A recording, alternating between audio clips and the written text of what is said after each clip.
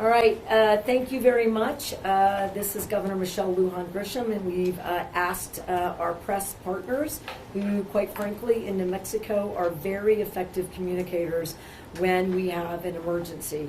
As many New Mexicans are already aware, we are battling two major fires. I also want New Mexicans to recognize that the team in the state and many of our federal partners have been dealing with fires all around the state since April, including some sparks up north again near Hermit's Peak. But today we have two devastating, enormous fires. And when I say enormous, it means that they're getting more and more complicated to address. It's the South Fork fire and the Salt fire. Started yesterday, as far as we know. Early, about 9 o'clock in the morning, was the first notice that we had as many as 4 areas of concern. By mid-afternoon, we were clear that we have 2 named major fires. Again, South Fork and Salt, originating in or near the Mescalero Apache Reservation. As most New Mexicans are now also aware that that fire has moved and encroached in ways that required a mandatory evacuation of Ruidoso. That evacuation took place early yesterday evening, about 5,000 people in a community of about 7,000. Now, some of those folks don't live there full time, so our estimations are about 5,000 people were evacuated. Of the 5,000, it appears that many are staying with friends and family. More than 500, those numbers are hard because people are moving around, in the 10 shelters and service centers that are in largely Roswell, but we also have the Inn of the Mountain Gods as a place for people to get shelter, to stay, to get food, support, and resources. The reason for the update is to alert people that these are very serious fires. Traveling in and around that southeastern part of the state is not only not allowable right now with road closures, but it's discouraged even where roads are open. Second reason is to let you know that 20,000 plus acres, 0% containment. The message to New Mexicans is that every resource available while we combat these fires is available. More than 17 agencies are on the ground working together, both federal and state. More than 800 personnel are on the ground providing services, acting as first responders, and battling the fire. 13 wildfire hotshot crews are on the ground. But that doesn't include several other fire teams who also specialize in fires of this nature. Emergency declarations for the local areas in the state have been fully executed. That means resources can flow readily. We have an emergency manager tells us they need something, that gets addressed, and resource questions or money isn't a problem. We are putting together, those are complicated requests, the federal emergency disaster request, and we expect that to be delivered to the federal government as in short order. No more, I'm looking at my team, get that done please if you can in the next 24 hours, as long as it doesn't take you from the line of the fire, and supporting and saving the lives of New Mexicans.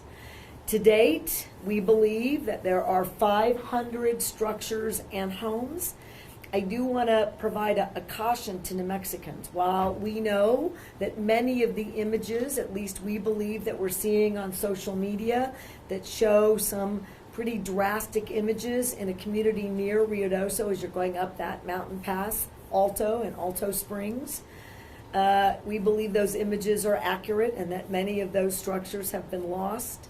It begs the question, we don't want people informally in those areas trying to garner information out of context and putting their own lives at risk. And when you do that, you potentially put other lives at risk. And we're trying to minimize that in this response. I do want to thank New Mexicans and firefighters and first responders first. They successfully evacuated 7 patients from the local hospital in Ruidoso. They evacuated 17 residents from an assisted living facility.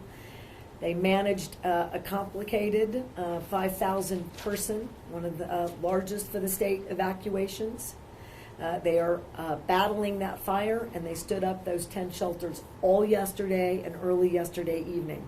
The men and women who put their lives on the line, including state police, firefighters, the Guard men and women and their families, are doing amazing work. And the number of New Mexicans who on their own are helping with livestock and resources and are offering up their own homes for shelter shows me once again the generosity and the compassion of the people in this state. And while I know every New Mexican has every other New Mexican in their thoughts and prayers and sends their warmest regards about getting through this disaster, I'm going to give you other ways in which you can help and provide even monetary resources. I'm going to ask a few other folks to speak about the fire conditions on the ground. And I want to close before we go to questions with resource phone numbers so that people can call us. If you've got questions, concerns, we have had some contact by people who are looking for family members. We do want to hear from you, and we do want to support you. We send the Guard or the police to make those contacts. And we want to make sure that New Mexicans know where they can donate and provide both monetary and other resources to support the shelters. I do want to also recognize someone. And Secretary, are you going to say a few words? Sure. All right. This is, we have a brand new secretary. I'm going to have her introduce herself, of Energy, Minerals, and Natural Resources. It's the department that also is responsible for doing a lot of the fire mitigation, education, and support. You'll hear from the state forester that's a member of that department and lead member of the secretary's team. But I thought it would be important for New Mexicans to get to know a brand new team leader who's already on the ground dealing with this fire. Secretary. And thank you so much. And very happy to be in this role, and thanks to the governor and for giving me this opportunity. I think it is really important in my life and I hope in the lives of the staff that I'm working with, and for the future of the state of New Mexico. And like the governor, I want to express my concerns about those New Mexicans who are fellow New Mexicans who are in the Ruidoso area, and concerns for their safety, their futures, and we are working very, very hard to take care of them. As the governor mentioned, the MNERD staff that my agency, the hotshot crews that are there, our MNERD staff, a lot of our staff are on the ground working to put out the fire, protect the people that are in the region, and my hat's off to an incredible team. Laura's going to say a little bit about that in just a second. And then hats off to the governor's team. I mean, it's just an incredible response to take care of the issues that we're having to take care of today, tomorrow, and what we will have to do in the future. And so happy to be a part of this team. And for every New Mexican that's going to get to know her, this is Secretary Melanie Kinderdine. And I didn't say my name. No, and I didn't either, but now we've done. Right. That's right. We're focused on protecting New Mexicans. I'm going to have General Aguilar talk about being on the ground, and again, your National Guard is always hard at work making sure that they are protecting and serving New Mexicans in any number of ways, but these disasters are foremost and front and center of the work they do every day. General? Everybody, so for those of you that don't know, I'm the Adjutant General, and I'm also the Acting Cabinet Secretary for the Department of Homeland Security and Emergency Management. Today, I wore both hats as we started our response, and so I'll give you an update on where we are from the emergency operations perspective. So we've activated the emergency operations to level 1, which is the highest level. We've got members of the cabinet who are operating at our emergency operations center here in Santa Fe. Since at least this morning, we made a decision late yesterday evening to bring everyone and ensure that we were postured, to support both Lincoln County and Chaves County, who's running a lot of the sheltering operations. So we're doing that. We're deploying resources as a requested. More than that, I think what we're doing is leaning as far forward as we can. So I met with the emergency manager in Chaves County a few hours ago and offered our assistance and ensured that she knew she had a direct line to DHSEM, a direct line to me to ensure that we're meeting the needs of the community. So right now, the sheltering operation, one of the things that the National Guard is doing is we're now the location in Roswell where anybody can drop off donations. And so we didn't want to overwhelm all of the shelters with various types of drop-offs as they're trying to take care of our evacuees. If you take your donations to the National Guard Armory, we will distribute them to those shelters as they're needed. I've got late last night, thanks to the legislature and the governor, I got the ability a couple of years ago to be able to hire state active duty guardsmen in order to prepare for emergencies. 11 of those folks were on the payroll for a while now, and so we were able to deploy them early yesterday evening. They arrived in Roswell and were out in Ruidoso early this morning helping law enforcement. An additional 30 or so are coming in as there's been requests for support in law enforcement in Lincoln County. And then, of course, we will run the donation sites and distributing commodities across Chaves County as they're needed. And so I got to tell you, got an opportunity. So I was born in Roswell. I grew up in Dexter. The Pecos Valley's home. I'm not surprised, but an incredible amount of gratitude to the community of Roswell, the surrounding area. That community is coming together. Facilities have opened up at a moment's notice. People in the community are dropping off donations and are volunteering to help. In fact, they've got a list of people that we'll be able to call over the continuing days to continue to ensure that we're taking care of evacuees. I met with some of the evacuees on the ground in shelters. As you can imagine, they're concerned. They're concerned for their homes, but also expressed a tremendous amount of gratitude for the people of Southeast New Mexico coming forward and assisting them at this moment. So we'll continue to be postured to help over the coming days. The Guard response will grow as it's required, and we stand by, Governor. Thank you, General, and I appreciate that your team is there and you're there, and people should expect that many more of us, including myself, will be on the ground as long as we're not in the way of the firefighting. So we do no harm, but provide resources that are meaningful and make sense in the moment. I'm going to ask Laura McCarthy, who I think many New Mexicans know well and remember from all of our other emergencies and wildfires, but the State Forester, Laura McCarthy, is going to give us an update on weather conditions and related issues to this fire. This fire is dangerous and fast moving. The winds are strong. They're not quite at the red flag level, but they are close. And the fire behavior that we saw yesterday and that is picking up now this afternoon is extreme fire behavior. We are doing everything we can safely, and we are concerned about the safety of the firefighters, the aircraft pilots, the residents, and the visitors. The weather is dynamic right now. The wind, as we speak, is in the process of shifting. Since the fire started, it had been a steady southwest wind, and now we're seeing a shift with the wind coming from the west.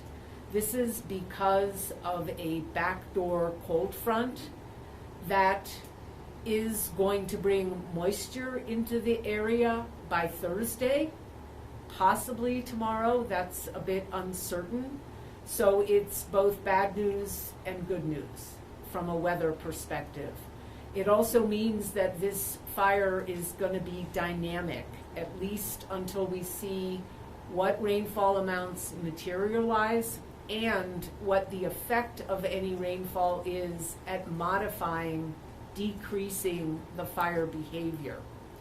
We have a transition underway today from the Type 3 team that was formed when the fire was discovered to a complex incident management team, formerly known as the Type 1 or Type 2 team that you might have heard about when we had the Hermit's Peak Calf Canyon fire. They are now called Complex Incident Management Team. They arrived today. They are fully staffed, and they are taking control of the fire. In a transition, 6 a.m. tomorrow, it's all the Complex Incident Management Team. The weather today has allowed aircraft up until, well, I can't say that exactly.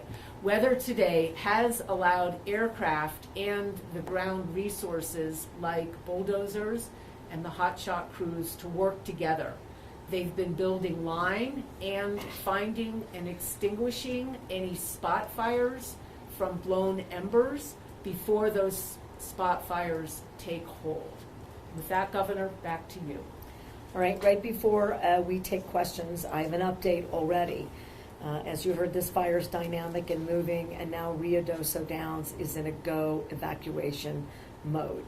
So I want to repeat that in case folks in living or working in that area. Ruidoso Downs is now under an evacuation order. They're in go. And we'll take some Yeah, questions and at this I'm not ready, Okay. but thank you, Michael. That's what it said. We want to make sure we get your questions answered. You're amazing. But I do want to make sure, and I think we might have it behind me. Yes. We have a 24/7 hotline.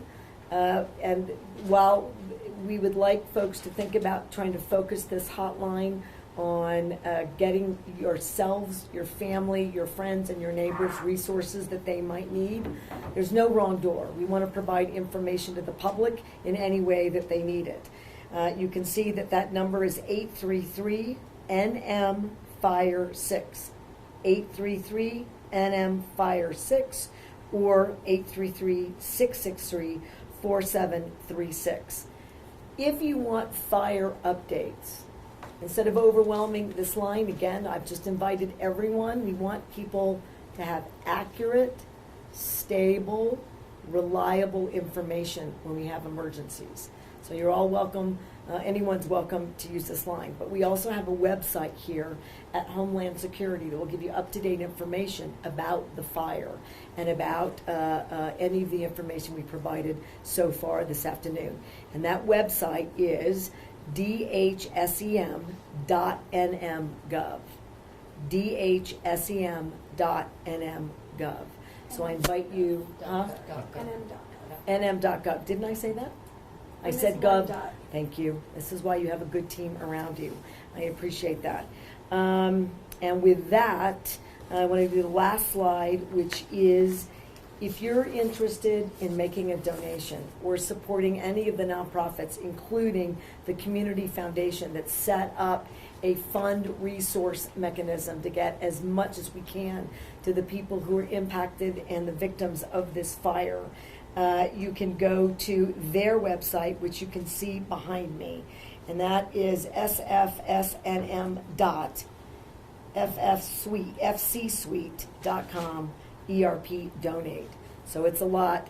We'll make sure that we get this so that you all can put it on at your different locations and stations so people can see it. Again, I want to thank New Mexicans for their generosity, and Mike, now I think I'm ready to take questions. Thanks. I was just going to thank everybody for being here. And if you could state your name and your news organization before you ask your question, please go ahead. Austin Fisher with Source New Mexico. Earlier, Governor, you talked about people calling, looking for their families. So how many people are currently trapped, stuck, or otherwise unable to leave on the established evacuation routes? I don't have an accurate number. I don't know that anyone does. I have to say that we've gotten more of those requests informally. So someone gets it, refers it, puts it on social media, re-refers it. So that's part of the reason I really wanted to state this phone number again. If you believe that you've got a loved one that is in jeopardy, we want to know about it. We want to do everything we can to locate it. My personal knowledge is only about 2, and I believe that both of them have gotten the resources that they need, and that families have gotten the information that they need. Yes. Madam Governor, Gabe Chavez, KRQE. Is have you heard any reports of any injuries or anything worse, or not yet? No, I can tell you that the hospital was evacuated, 7 patients, small hospital. The emergency response part of that hospital is still open because we might have injuries there related to your question about evacuating or such, or firefighters and other first responders. They treated 2 individuals yesterday. My knowledge about that is that those were not life-threatening in any way. To date, we have no other information about any of those issues. I'm just going to look around and make sure that that's accurate. Typically, if there are significant issues, we have them from the Guard and the state police and other local first responders and law enforcement. To date, we're unaware of any injuries and or other issues related to people as they're trying to evacuate. Hi, Governor. Cassie Foote, KMB4. There's some information going around, mostly social media, about how these fires could have been caused by a serial arsonist. Is that something that's on your radar right now, or that's being looked into? Well, we are not immune from that same set of information sort of making its way. There are 6 BLM staffers, personnel that are dedicated to doing fire investigative work. That will take some time because they got to get into the fire.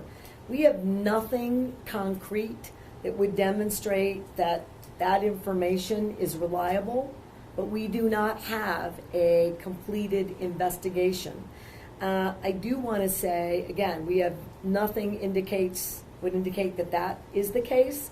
Not enough information to say that that speculation doesn't have some productive origination. I think part of that, frankly, was that there were several small fires that were occurring. I said 4 before we saw these 2 major fires that might have led to that speculation. I don't want to minimize any information, but it really is just speculation to date. There has also been active lightning in this area over the past couple of days. So it is very premature to make any sort of generic statements about what we think the cause is. But I think it's really important that significant number of personnel with the expertise to do these fire investigations is doing that. And I said team of 6 already. But What you did I said not they were say? all BLM. They are I not all led. BLM. All right. Led by BLM, team of 6 investigators. Thank you, Laura. Luisa Polaca with Telemundo. It was mentioned that it's extreme fire behavior. Is it something similar to Hermit's Peak fire, or is it too early to tell? I'm going to do the non-state forester, and I'm not a firefighter, and I'm not part of the wildfire or the hotshot crew. But when you have mandatory evacuations of this nature, and you have a fire as large and rapidly moving that can shift its fire behavior, frankly making its own weather, then I want New Mexicans to treat this fire as serious as it is. It's not as big by any stretch of the imagination of Hermit's Peak and Calf Canyon. The wind then in the very early stage of that fire was 40 to 60 miles per hour. We're talking about 10 to 20 to date. So in many ways, it's nothing like that fire. We're talking about a very dry set of circumstances. We're talking about the same kind of fuel loads. And we're talking about these fires pose serious risk.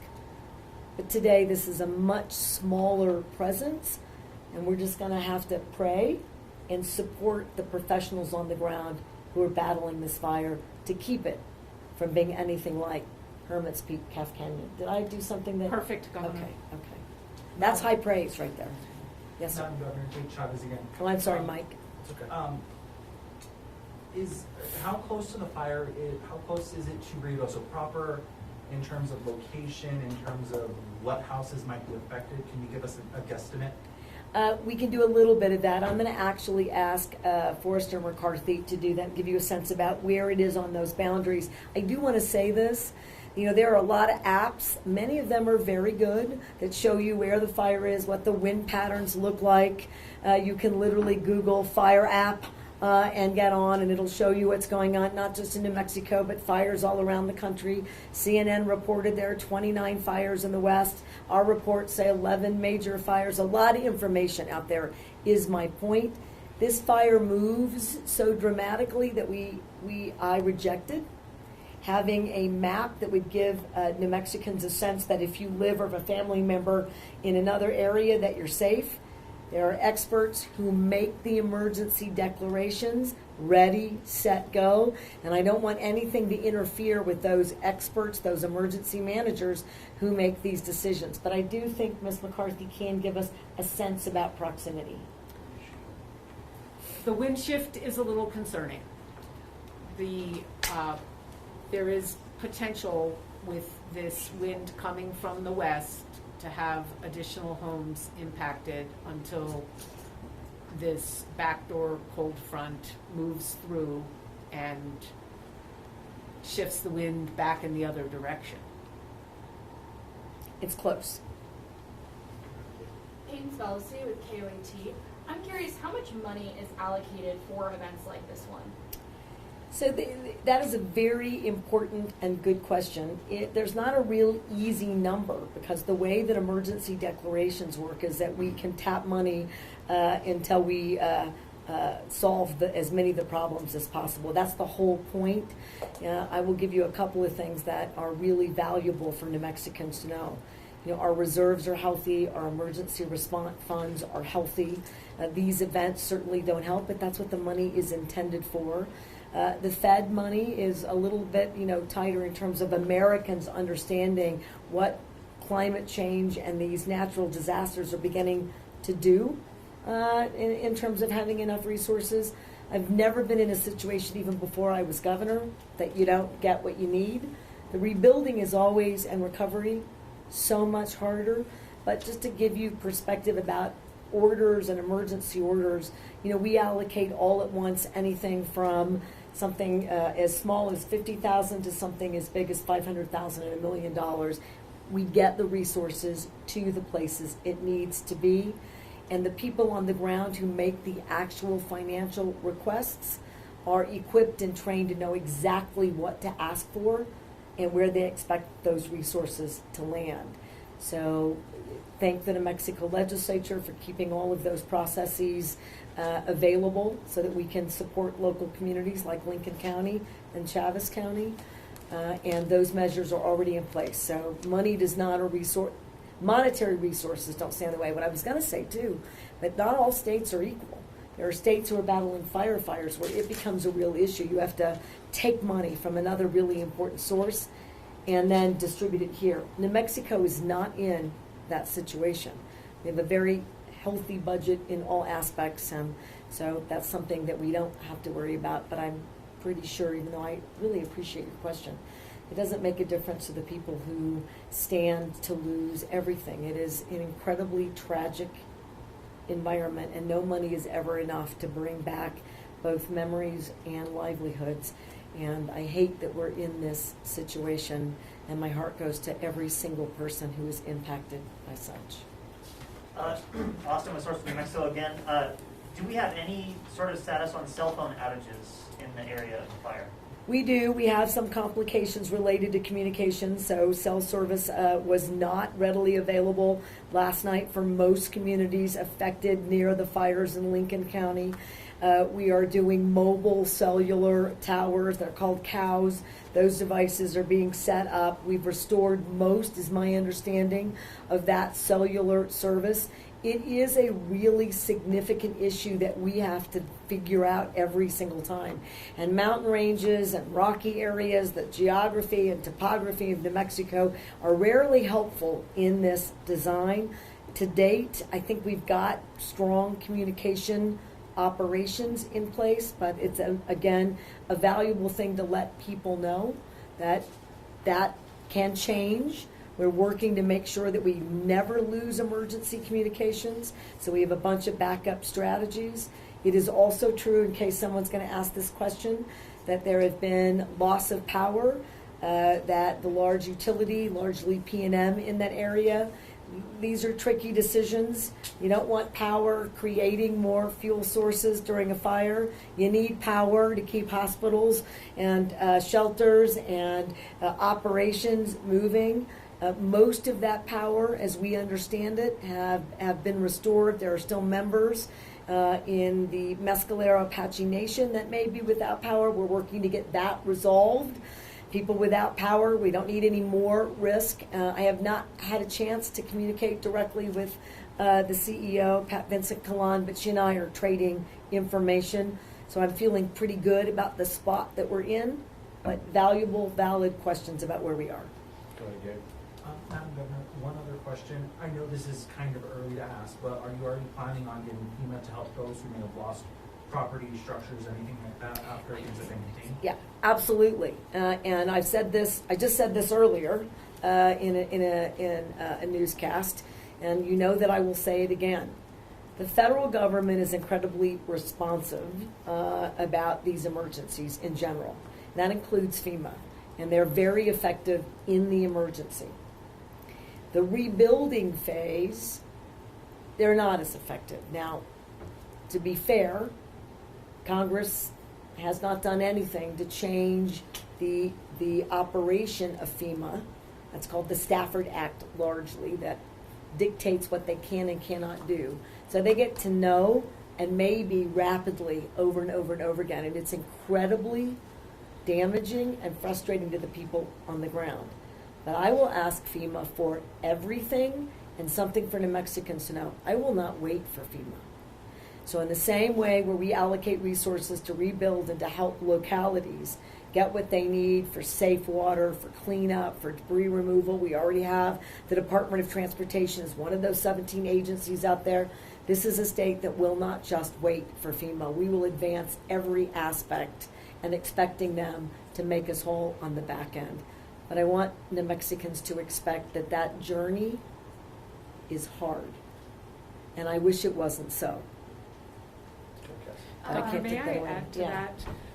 Two things that I would like to add. The first is that we are working very closely with the suite of federal agencies, both on the fire response and the preparations for the post-fire response, and Representatives Vasquez and Stansberry are very involved and will be helping us with those federal agency The relationships. whole federal delegation is very engaged.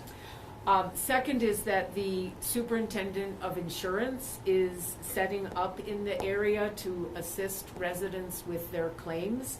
And they do have a contact number. If it would be okay for me to read that, it just got texted to me. That number is 1-833-485-1336, and that is for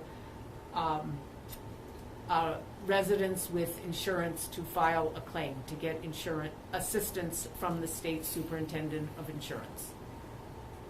I mean, the hard part is since we don't know what structures, and people don't know that yet, but it shows the proactive nature of the people who are responsible for these programs. So shout out to the superintendent of insurance, but that's going to be the hard part. We don't know yet what we don't know. I did mention in an earlier effort, we'll get satellite imagery tonight that will give us more direct information about potential and actual losses in the area. And we will be sharing that update when we garner that information. It'll really allow us to see sort of inside the fire in a way that we cannot do now because it's too dangerous to be in the heart of the fire. So we'll provide that information to you all and to New Mexicans as soon as we have it. Cassie with KOB4, do you plan to go down to Lincoln or Chavez counties anytime soon? And if so, what do you plan to do down there? I do. People should expect me there within 24 hours. Typically, I want to be, as the incident command teams, as you heard, are now up and operating. I expect and appreciate that they do a briefing so that I know if there are any gaps with our response or our state agencies or anything that we didn't think of, that we have a chance to provide it. Those work very well. They've worked well in all of our major fires.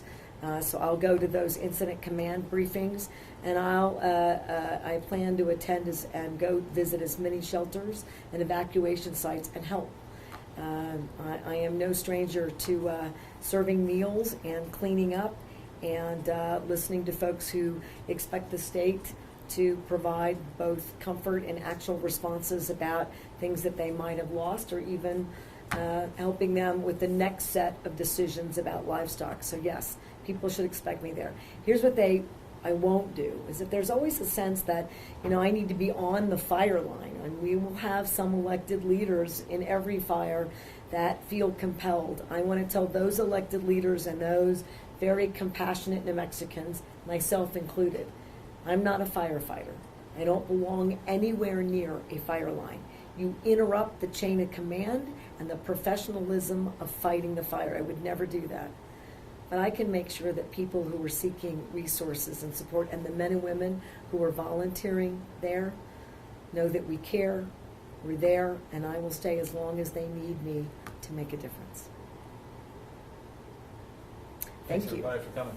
Thank you. Thank Thanks. you. And somebody make it rain right now.